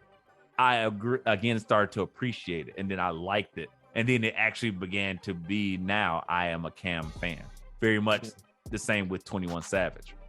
I'll say that.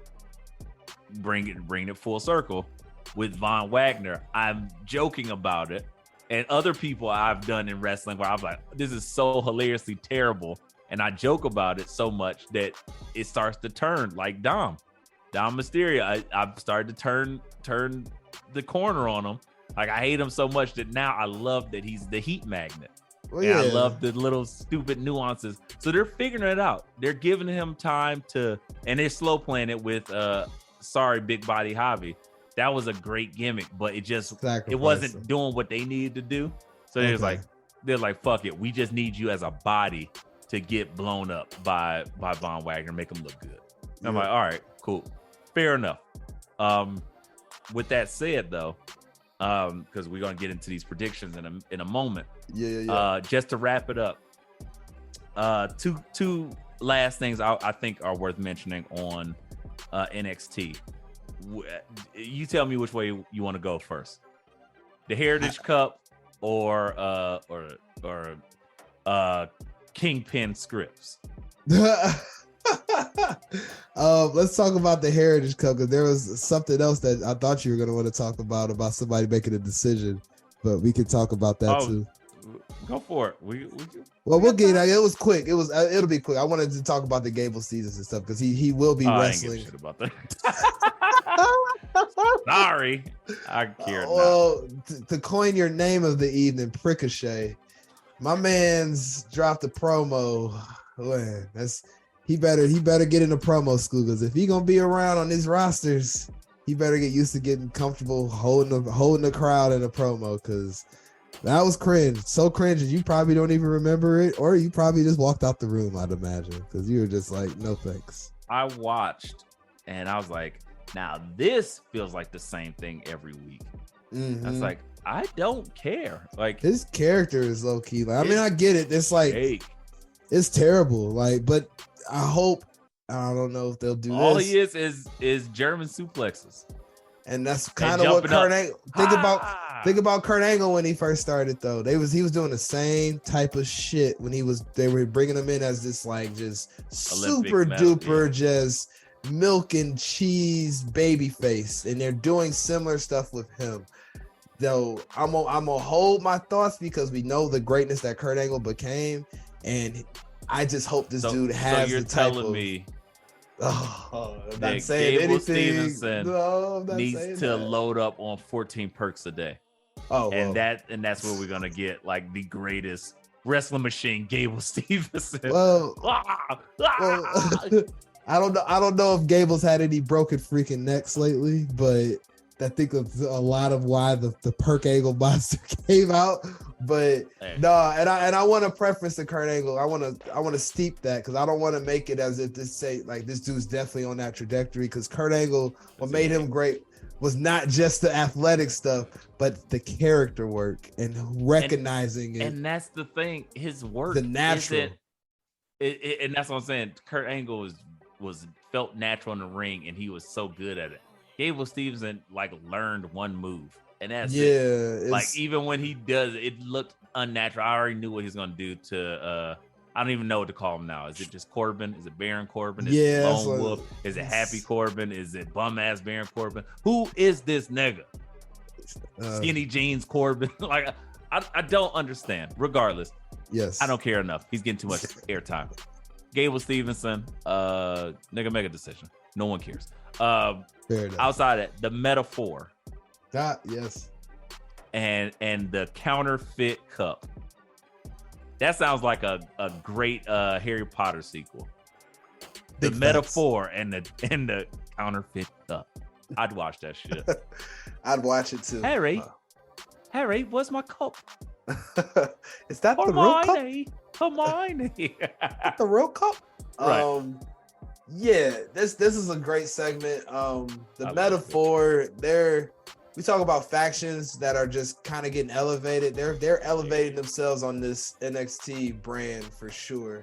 All behind just some great character work. And this Noam Dar dude was, if Dub was here, we would shit on it, NXT UK and his love / not love for it. Right. But this is one of the best gems to come over from overseas. I feel like, outside of the people that have already came over and established themselves, he's like the character work. Like, he's hilarious to me. Like, I love the whole just, I'm downtrodden and beat. Right. I don't have my cup. And melancholy and fucking And he hopped out of that fucking wheelchair as soon as he saw it. It was That's like, a cup. it's a miracle. Like, it was so good, bro. Like, so good. So they're becoming slowly like one of my like fan favorites weekly is their segments and what they're doing, and this stuff with Dragon Lee and Nathan Frazier is really, really good shit in my eyes. And they just kept it going this week with the segment they had with the fake cup and the real cup. I was getting a little blah with him just sitting there looking like in his holy suit and all that stuff. I thought that was hilarious though. Yes. But I popped hard when they brought him the counterfeit cup and he went crazy. I was like, this shit is so funny. Noam Dar is hilarious. The picture of the cup in his lap all the time. That's the guy. Can't forget about that either. Just looking like just despondent. I thought it's so funny. So I appreciated that for sure. I was a little disappointed. Dragon Lee continues not to punch somebody in the ribs and they disintegrate. I look for that every week. That's all I want to see. It might happen at the does bash. A fatality. I just want to see it. But for it. That's all I care about there. We'll get into it. We'll get to the other thing into the thing. Yeah. I was gonna say. I would say we don't need to talk about them. Scripps got two buff niggas just beating up people. And I was like, oh, these niggas debuted and lost to Tony D'Angelo. I was like, that feels racist. He probably called him a moolie. And then they walked definitely out. But there was some big buff ass niggas. One nigga was doing a little snake thing or something. Like, hey, nigga, I'm about to beat your ass, nigga. I was like, this feels interesting. But we'll see how this continues to go. I'm waiting for them to turn on Scripps. Because he was talking about you don't know nothing about the streets. He telling Vic, hey Vic, you don't know nothing about the streets, Vic. Me and Reggie, you call him Scripps. Rick, you call him Scripps. I was like, this feels very odd and forced. Thank you, Reggie. Big force. Thank you. But we're out of that. Let's get into what we are about for this week. And let's get into it, E. Sunday. In my backyard. American Bash. Yes. I am. Is it Fort Worth or Dallas? That's where it's at. No. It's neither. It's HEB Center in Austin, but it's only like 3 hours away. Like my sister lives there, so I was like, if this was on Saturday, I would go. Cause that Monday. Because Sunday I would have to. It's gonna end at like 11. Then I was like, I don't live here, nigga. I gotta drive home. Right, and I ain't working from your house in the morning, so I'm going home. Hell no. So I don't blame you, but yes, to your point, this is in E-Ray's backyard, Austin, Texas. 7-match card. As we all know, NXT knows how to keep it short and sweet and brief. Give you exactly what you need. Oh yeah. So the first match. So the first match up, more pre-show, but we were just talking about them, so I figured we might as well talk about this match. It's a 8-person mixed tag team match. You have Dragon Lee, Nathan Frazier, and then the Latin chicks that Dub always refers to them, but they actually have names, Dub. Their names are Yulisa Leon and Valentina Feroz. I'm just learning that too. Sorry. Versus the Metaphor. If we already know the Metaphor, Noam Dar, Oro Mensah, Jakara Jackson, and our girl Lash Legend. I'm gonna call because of the shenanigans I saw last week.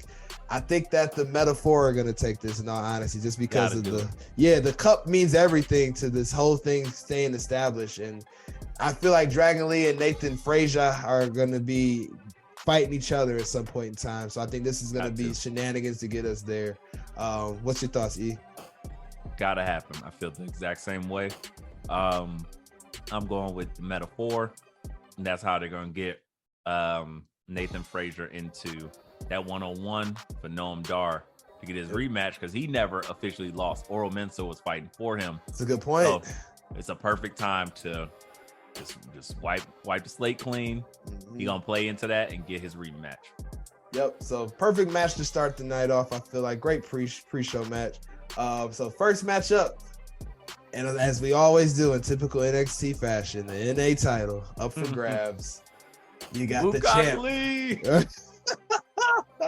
You got Wes Bukakali can't take on any more challengers because he lost his belt versus Dirty Dom, and then also Mustafa Ali in the mix. It's gonna be an interesting match.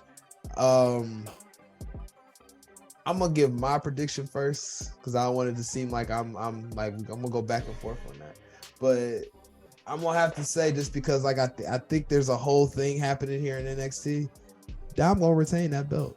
It's gonna be some bullshit that ensues, but he gonna still be champ after that. What's your thoughts, E? I think first I initially was like, okay, he'll drop it at Bash, Great American Bash, but now I'm thinking the same. I feel like he has to retain because then that it continues to make the Judgment Day look stronger because then SummerSlam hasn't happened yet, and I think they gotta have somebody either one of them gonna have a belt or they both got the belt. Whoever comes SummerSlam, I don't see Seth Rollins walking out with that belt, so I feel like they'll keep the belt with Dom so that way they can get that look. And everybody can look at that, and maybe Damian is the only one who don't got gold. And then he just start looking around, and it looks like, they's planting the seeds. So I feel like you're right. This has nothing to do with Dom, and I think also what happens as we seen on NXT, the boiling over of Wesley and Ali and Dom just kind of gets to skate away. I think that's what happens. Absolutely. Like you said, we saw the kind of the lead into that when Mustafa Ali actually hit him, and he's just like, oh man, I didn't mean to. And Dom and Rhea out of there to do nasty stuff in the back. So yes, Dirty Dom stays dirty. Stretching, mommy. So Dirty Dom, damn it, stays dirty, damn it. So shout out to Pootie Tang. Match number 3. Low down and dirty, cause you know what I'm about. Yes. Dirty. We got the women's NXT championship up for grabs. We didn't talk about her. I wanted to wait here to get into her. The challenger. No. You want to wait to you sound like Freaky Finn. No, sorry. No Freaky Finn vibes here. Nasty Finn. I'm waiting. No waiting of turns. Thea Hale, baby non-toxic Ultimate Warrior is what I would have called her. Baby non-toxic Ultimate Warrior, man. I love what she's doing with this Chase U gimmick. Versus the champ Tiffany Stratton. I want Thea Hale to win this so bad, but I just don't think it makes sense right now. I'm gonna have to say Tiff's winning this belt, bro. Do you agree, or do you think it's Chase U's time to have the NXT Women's Belt at the school? I honestly cannot imagine.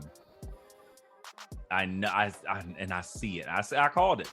This is a couple weeks ago. I said Thea Hale needs that belt, but I cannot see it happening thus far. They can't transition Tiffany Stratton that far, even though they got something hot because Chase U and Thea Hale are on fire. Like the whole promo package they gave her, that shit was fucking lit. Amazing.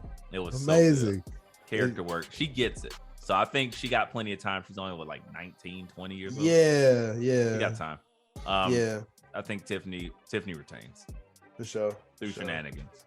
Yep. And I kind of know how this match is gonna be predicted. NXT Tag Team Championship match.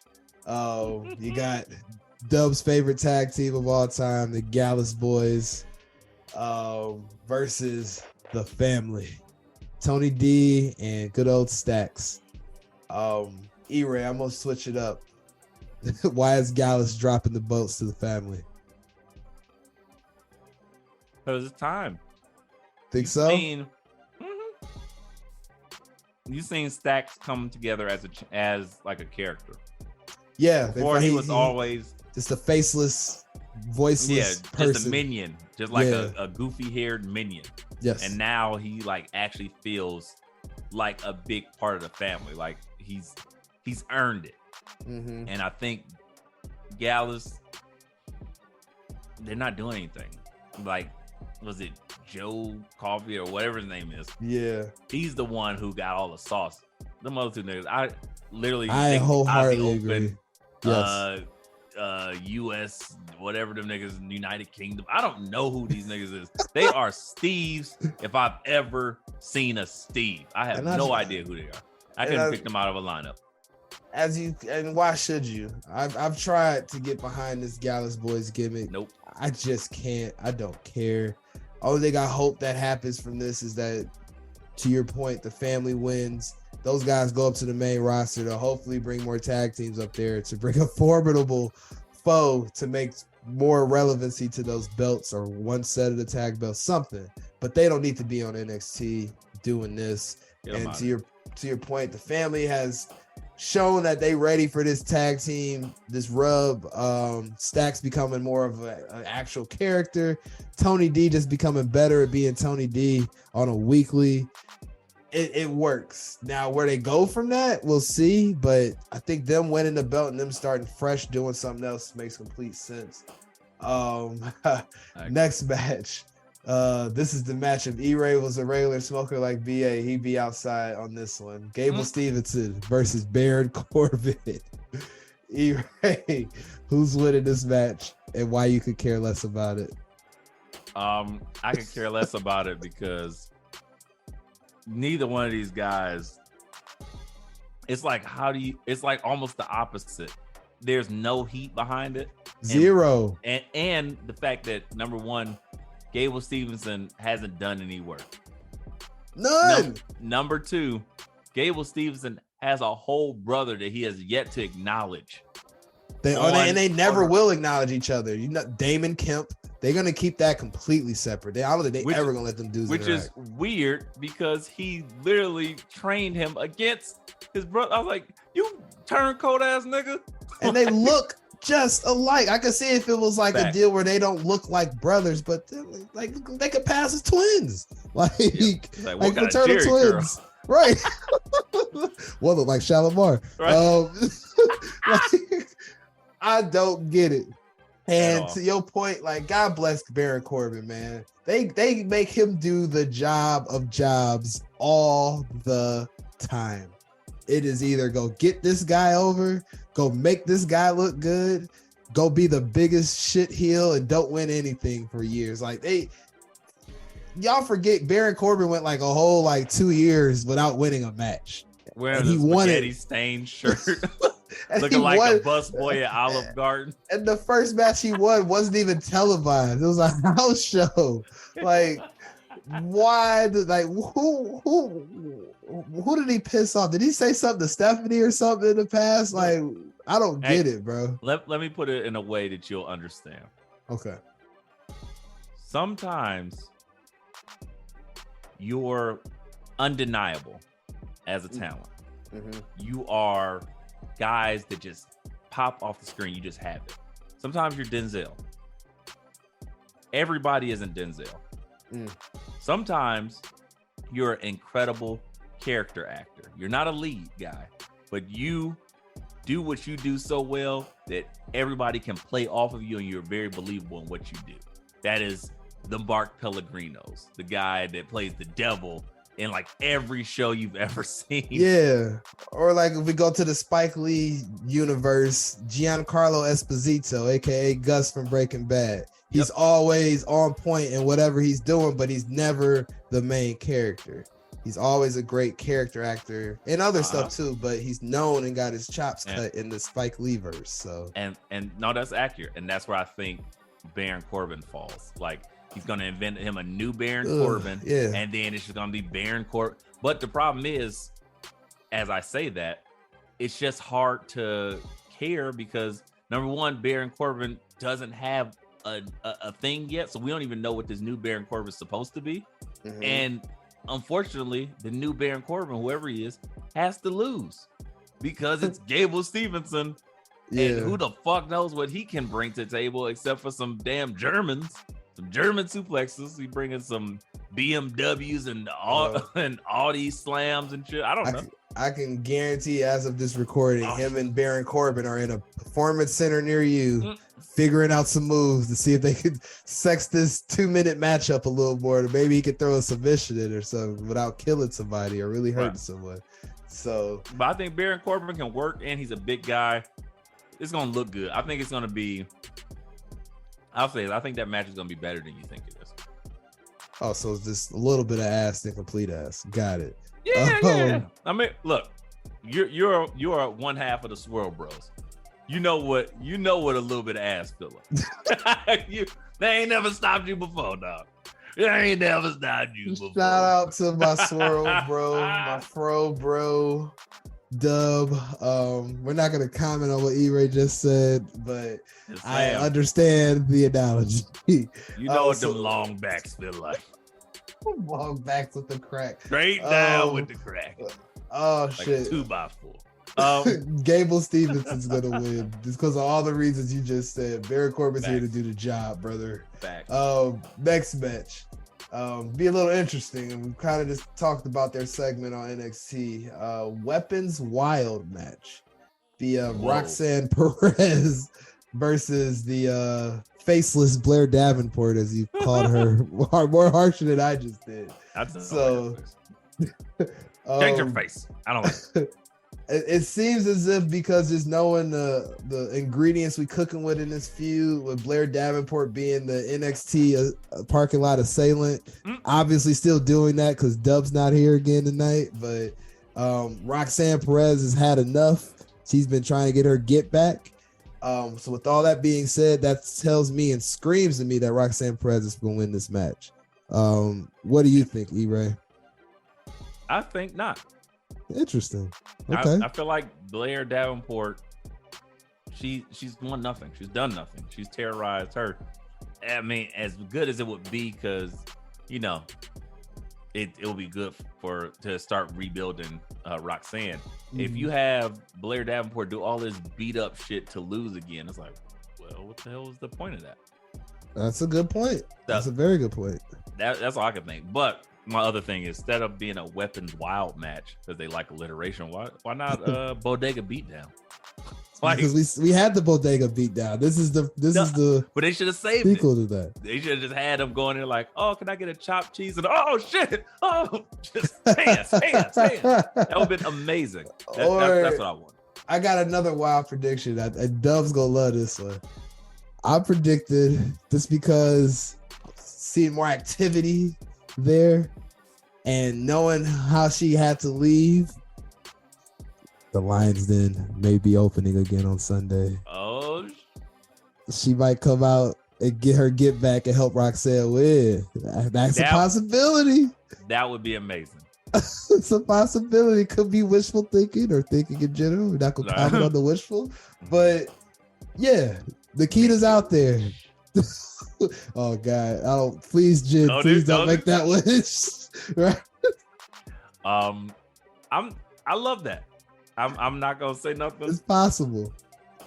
Very possible. It's a strong possibility, man. So my last match, I got an interesting take on this. You're gonna love this, E-Ray. We got our champ, Carmelo Hayes with Trick Williams versus Ilya Dragunov. I'm gonna let you go first, and then I'm gonna blow your mind with my take when you're done. So, I think this is the end for that Melo run. And I think I've called it months ago. Dragunov is taking that belt. But then what I see happening is Trick attacks Melo. Oh, okay. I wasn't even going there. And they split them up. Ooh. And that sends Melo off. And Trick is left to be his own man in NXT. I'm glad you brought that up, E, because that was a subject, especially seeing the interaction after the 3-man tag and Melo's vibes and the fact Melo let this man get his ass whipped Jeff Hardy style without the hunching. Like, there was not even a justification. Like, where was you at, dog? But Trick kind of invited that energy in the same breath because how he was acting. Like, you know, like if I'm a black man, you a black man, you got that type of energy, bro. I'm not standing in your way. Right. But like, I'm not gonna let you take an L like that, especially with a flying fucking elbow and shit. Like, no, dog. I'm gonna have to come out a little early and say something. The white man just You jumping. ain't gonna do my boy like that. Like, right, white I man know he wanna jumping do on it me. on his own. Smash. Smash. Like, wait, hold up, dog. That man cranking Smash, up he cranking up the special where it take away a little bit of your energy on the fight game. It ain't the special, but no bullshit. When he did that double smash, all I could think about was American History X. I was like, oh no, the curb stop, no. That's exactly what I felt. It gave me those vibes. I was like, Oh. no. And I thought he was gonna try to give him another one, and Mello was gonna save him.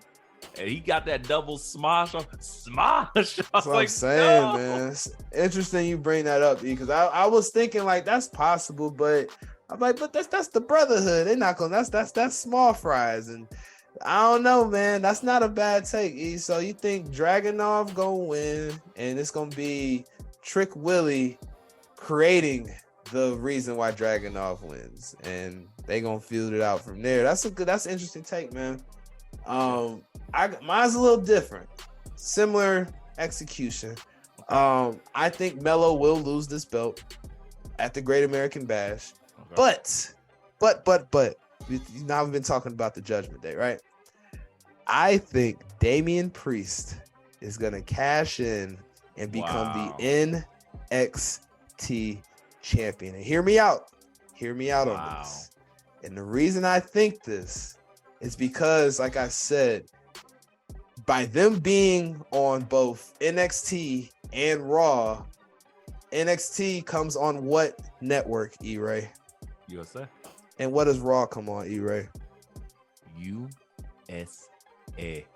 You are correct, my friend. So they're big business, and the way they're speaking to how can we make this all as cohesive and everybody winning and everything coming together as possible with the old man gone, allegedly gone, whatever it may be. And I think by having the Judgment Day hold two of the most sought after belts in the men's division on NXT, and then you got the other two belts on Raw, women's and men's, that have to be talked about in a high upper card setting no matter what on a weekly basis. They're setting them up to be like the new bloodline as far as how the bloodline used to travel between SmackDown and Raw, because they were the only thing worth watching at all in wrestling for a long period of time until now. So I honestly believe we gonna see Damian Priest cash in that belt, and to your point earlier, so they can not only hold the NA title but the NXT title on the SummerSlam stage, and get those fringe fans that don't really watch NXT because they're so upset about Black and Gold being gone or have never respected the product in general. Now they got no choice but to see it because it's in the middle of your ring on SummerSlam. Everybody's watching SummerSlam. People don't even watch wrestlers watching SummerSlam probably. This is facts. This is So, the WrestleMania of the summer. Yes, so mad scientist theory, but it as we was joking, sitting there thinking about like, why is the Judgment Day on this product so much all of a sudden? And they making us think that there's going to be this dissolution in their group. Why would they break that up right now? You got your biggest faction going off into the sunset. You got to keep the stable strong. People care about stables. Whoever's talking to them in the back sees the value in factions. It's big gang vibes all over the place, and you got to keep that going. They're not going to kill that. They see how much money the bloodline is drawing this company, and if you can keep that going. That new shirt is fire, by the way. I might have to cop that at SummerSlam. I'm definitely making some sort of irresponsible purchase at SummerSlam, and it will be documented for social media for sure. Yeah. But yeah, man, that's the prediction, man. That you got Damian Priest holding that belt on Sunday night, man. And those are your predictions, folks, for the Great American Bash. America. Fuck yeah. Don't say Bud Light. With that said, think that is it. I think we have done it. Yeah, we've booked the territory, my friend. We have done it. And Dub, hopefully you rest up. Electra Lopez changed her number because you're just sitting there looking at her like it's my turn. Yep. And it's not. You can't be that way. Can't be Freaky Finn on her. Nope. Like, you gotta show some finesse. But speaking of finesse, please tell the people where they can find you, BA. Oh, y'all already know the vibes. You can find me individually absolutely nowhere because I have no social media and don't plan on getting it anytime soon. But as I always say, you can find myself at Let Me Book Pod everything. Twitter, Instagram, Facebook. The IG page has been way more active lately, just trying to get that energy going because it all drives to letmebookpod.com, the home of the fellas, all of the fire we put out on a weekly basis and a bi-weekly basis with the BA show, with the last review of the month of SummerSlams, the symphonies of SummerSlam, if you will. Sean and I break down a very interesting card in a time in which I had 0 eyes or ears on the product. Sean had all of his eyes and ears on the product in a very influential age in his life. Very candy. Rey Mysterio, Silver Surfer. Yeah. He has some very if y'all listen to the 96 episode about how just that was everything for me, this is that for him. A lot of very special things happened for him, and we get into a big old babyface Triple H versus heel Triple H conversation because I do not like babyface Triple H, but listen to it more. Not many people do. On the BA show, but that's where you can find me, man. You already know, E. Love that. Guys, you can find me at E_RAY_ the bad guy on the Instagrams, keeping the stories flowing. If you're lucky enough to follow me or be in my close friends, hilarious shit is always abound, or however you say that. Also, I am a Twitter baddie, Instagram baddie. Link in bio, link tree for all my links. Be a friend. Binge Flicks and Chill, latest episode featuring the guy that is not here, Mr. CVS, Mr. Aisle 9. Me and Dub take a wild journey across the crazy AI chat GPT streets, talking about Class of 09 in the latest episode, Class of AI. Hilarious. I'm excited. I've never watched this show, but knowing the subject matter and how y'all feel about it, I will just listen. Like that's the beauty of binge flicks. You don't even gotta watch the shit. No, just come for the dialogue. It'll make you want to watch the shit. So yes, check it out. Thank you for the cosign, BA, because this is true. Truth speak to power. It is absolutely true. You don't have to watch the shows. If you do, it's even more enjoyable. But if you don't, stay for the laughs. You might not know what the fuck is going on. We'll give you a minimal breakdown, and then just go into our own random world of branch offs. So I can't wait for it. All right, when I saw the description, I was like, oh yeah, I can't wait to listen to this. Yeah, the cover art says so much in itself. Other than that, you can find me on an Audible Ruckus this Saturday with the illustrious pod god, producer Low himself, the Podfather, and friends. Maybe we'll see some free. Maybe it's some Smiles. Smiles might be out in the streets doing wild things, covering women in chocolate and shit. Also, you can find me on Twitter or X. I don't even know what the shit is called anymore. It's E_RAY, so the hipster. Yeah, it's crazy. Threads. I'm on there too. And yeah, I think that's it. I think that's all we got this time. Yeah. And then also, speaking of IR, you can catch BA on the last episode. Yes, the Dadcast Part 2. You can hear about my not so wild and controversial side when I'm talking here on this wrestling microphone. More of the man behind the gimmick, so to speak, and listen to all the things around that I have to say about dealing with twin toddlers that are about to soon, at this point in time, be turning four. Yes, very little women and very big attitudes and personalities. So go listen to that if you're a parent and you want to hear some different hacks and all that kind of stuff. That's fun too. All right. But Or if you're not a parent, to know why you should pull out. that's definitely more of the vibes for sure. Like, no, sir, not me. Daddy, no, not me. Don't worry about it. Wait till next month. But guys, please give us ratings, subscriptions, like and subscribe, smash that like button and all that fancy jazz, whatever the hell these fucking kids do. I don't know. Just do it.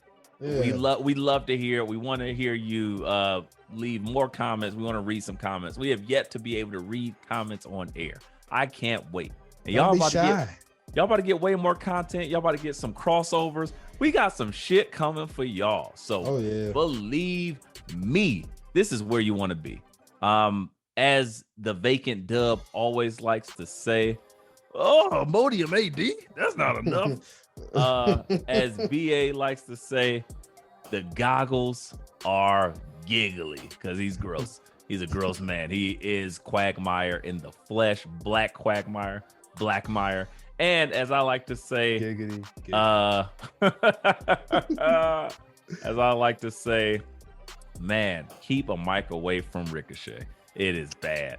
Guys, this has been another episode of Let Me Book the Territory. We will see you guys again next week. And we are out of here. Let the madness wash over you. Yeah. Yeah.